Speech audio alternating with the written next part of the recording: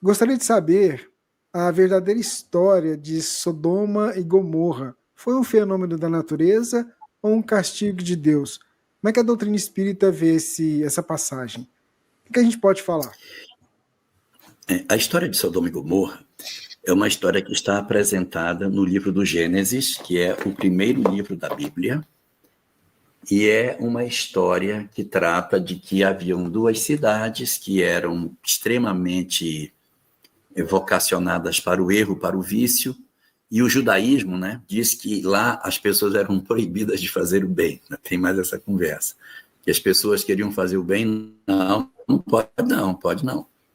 Então havia muita licenciosidade, as práticas sexuais eram totalmente livres, então era um mundo dessa forma.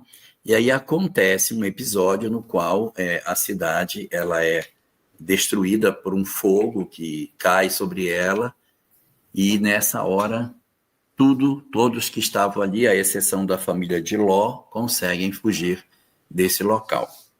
Isso é a narrativa que está lá. Aí você pergunta, qual é a interpretação da doutrina espírita sobre isso? Pois é, a rigor, a gente não tem uma interpretação assim substanciada numa literatura consistente espírita para falar sobre isso. É como, por exemplo, a Torre de Babel, é como outros elementos que estão presentes no livro do Gênesis. Mas o que nós sabemos? A história do Gênesis é uma história mitológica. A história do Gênesis não pode ser lida na literalidade. Então, aquela Torre de Babel não é uma coisa para a gente ler como literal. Sodoma e Gomorra não é para a gente ler como se fosse literal, são histórias mitológicas. Então, vamos analisar aqui de maneira bastante clara qual é a lição que a gente tira. Quando acontece a destruição, Ló, sua esposa e suas duas filhas saem da cidade. E a ordem era, não olha para trás. A mulher de Ló olha para trás e vira uma estátua de sal. Ela vira uma estátua de sal. Você já viu alguém olhar para trás e virar estátua de sal? Então, tudo é uma imagem mitológica. E ela vira exatamente sal, ela não vira outra coisa, né? O sal, na verdade, é algo que se destrói, que não tem substância, vai se dissipar, vai se dissolver, não tem valor. E aí, é só uma curiosidade, né? Quem olha para trás vira sal, né? E na homeopatia, as pessoas que olham muito para o passado, que vivem orientadas ao passado, o remédio delas é nátrium muriático, que significa sal de cozinha. Então, quem olha muito para o passado é sal de cozinha.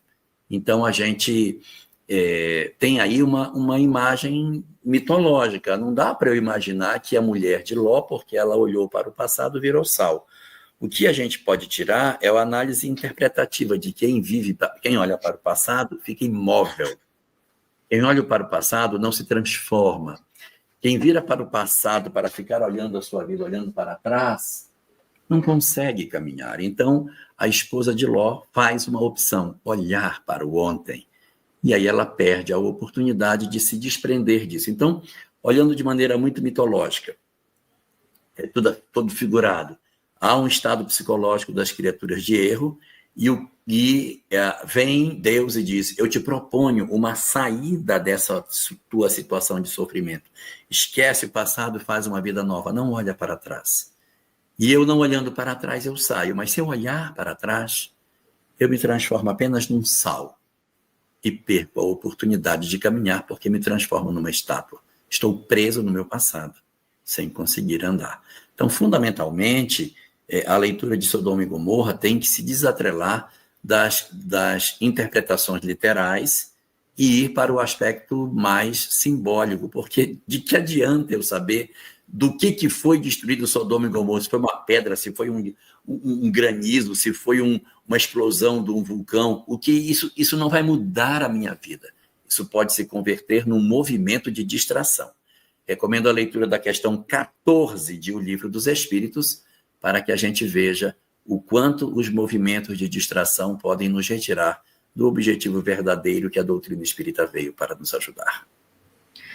E Deus está sempre no nosso mundo interior, no nossa Sodoma interior, né? Queimando, destruindo esses nossos vícios, essas nossas más inclinações, fazendo isso através das experiências que eles nos trazem para que a gente cresça e mude. E essa sempre é a proposta do Cristo, para seguir em frente. O seguir em frente é deixar o nosso passado no passado e o nosso passado de vícios para lá.